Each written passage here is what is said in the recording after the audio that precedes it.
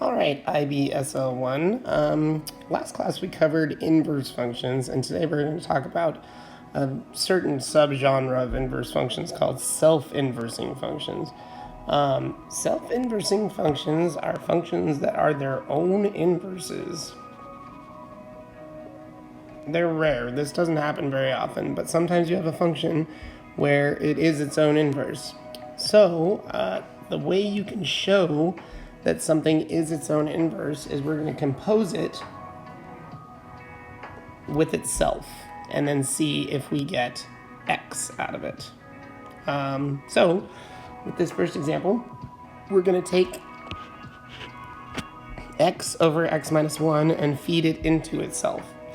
So we're going to do essentially f of x.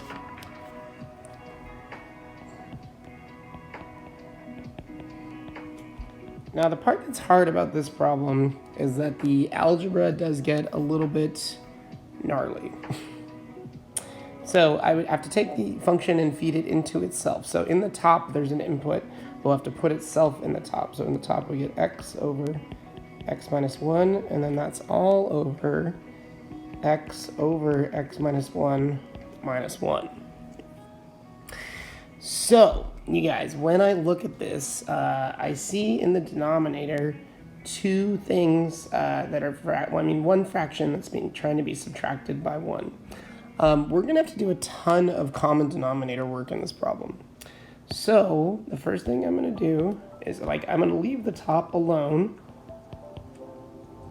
but the bottom, I am going to create a common denominator. And the way I do that is I take the 1, or the negative 1, and then change that into x minus 1 over x minus 1. So now, if I zoom in, just in the denominator, these two fractions have the same denominator. Which means you can combine them where you make their numerators just, the operation that's happening between them, x minus 1, and then they can just have that same common denominator. So once again, I'm not touching the top yet. I'm just combining those fractions in the bottom. So I get x minus, here, hold on, we need a parenthesis. You need to think of this whole numerator as in parentheses. So x minus 1, all in parentheses, all over x minus 1. Now we're going to continue on the next line here.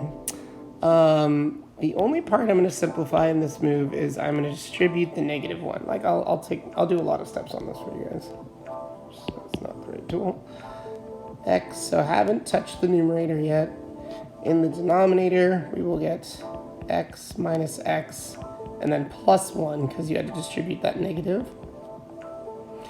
Then we can do a little cleanup of this x minus x business, because that's just a 0. So we get x over x minus 1, all over 1 over x minus 1.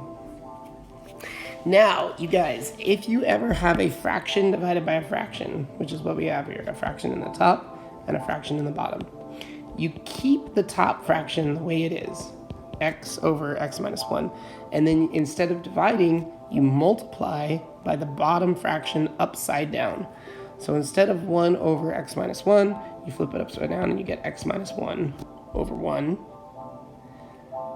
Then before you multiply, this x minus 1 in the bottom and this x minus 1 in the top cancel each other out. So we're left with just x over 1, which is just x. Which proves that this is a self-inversing function, because remember, if you compose a function and its inverse and you get x, that should happen. If a function and its inverse, when you compose them, you should get x both directions.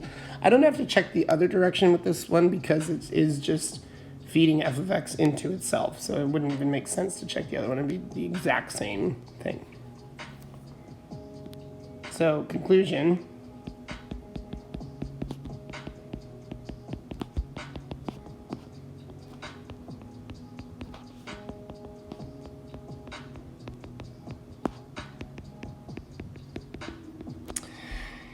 f of x equals x over x minus 1 is a self-inversing function because when you fed it into itself, you got x.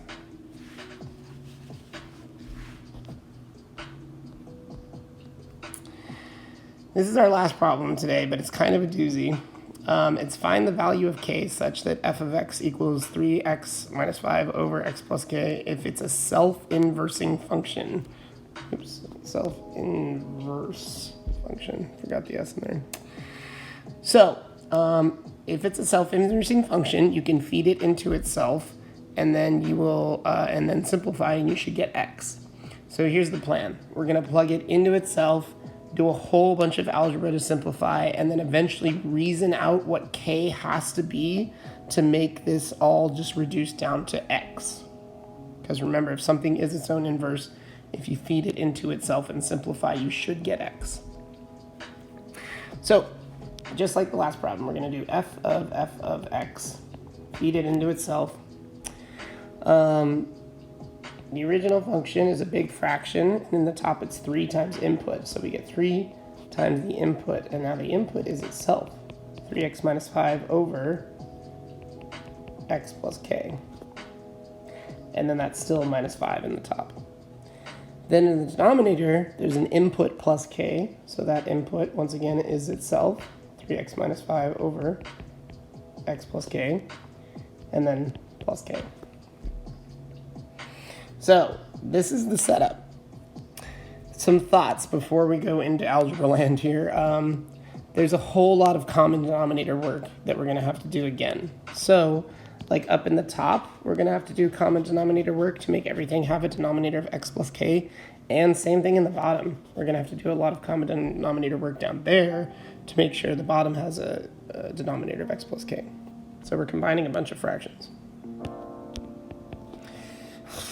How should we start? Okay, I'm thinking about this 3 right here, that this needs to be distributed to the 3x and to the negative 5. So that's going to be my first move. So we'll get 9x minus 15 all over x plus k minus 5. And then in the denominator, I'm not really even going to do anything yet except for drop those parentheses. Because like they're kind of unnecessary right now. So we'll say this is just 3x minus 5 over x plus k. Now I'm going to do 2 moves at once because I want this negative 5 to have a common denominator of x plus k and this k to have a common denominator of x plus k. So the way you can think of this is that this is like, 5 over 1, and this is k over 1, and we're going to blast both of these guys with x plus k over x plus k. That way, they will both have a denominator of x plus k, and we can combine fractions. So, this fraction I'm not going to touch, 9x minus 15 over x plus k.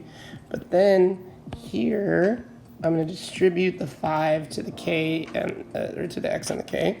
So we get minus 5x plus 5k, and that's all over x plus k. Now, that's a big fraction. That's just the numerator. So in the denominator, I'm not going to touch the 3x minus 5 over x plus k. Just let that chill. But I am going to distribute this k into both of these things, just like I distributed the 5 up in the top. So we'll get xk plus k squared all over x plus k. Now, if you look at what we have so far, in the top, there's a denominator of x plus k, and in the bottom, same situation, x plus k's. So we can combine the fractions in the top and the bottom into one big fraction. So first, I'm going to combine this top all together. So we get 9x minus 15 minus 5k, and then I'm going to distribute that negative to both, 5x, to both the 5x and the 5k. So this becomes negative 5k.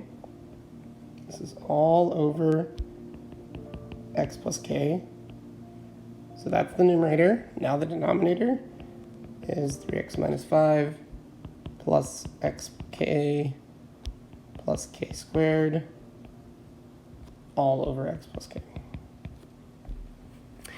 Now we have fraction divided by fraction, which means you keep the top fraction and you multiply by the bottom fraction upside down. But notice that both the denominators are x plus k. So when we do that, when we flip and multiply, the x plus k's are just going to cancel each other out. So we're going to end up with this.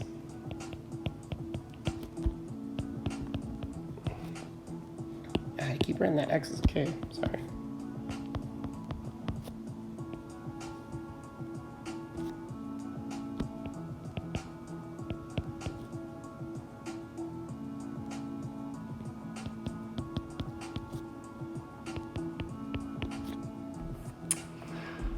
Okay, at this point, I've got it reduced down. Well, do I? No, I can simplify a little bit more.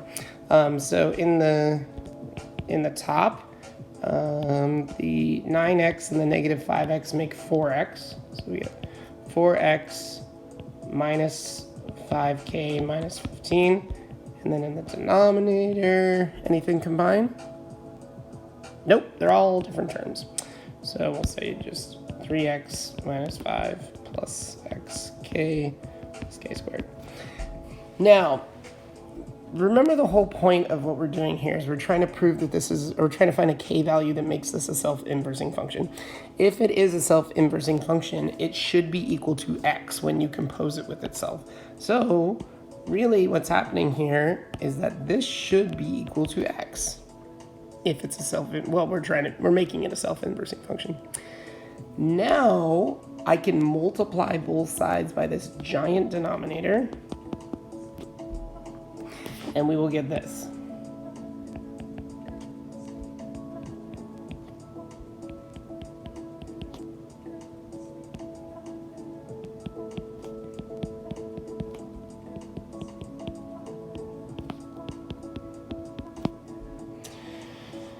Okay, we're getting so close. It's a really weird problem.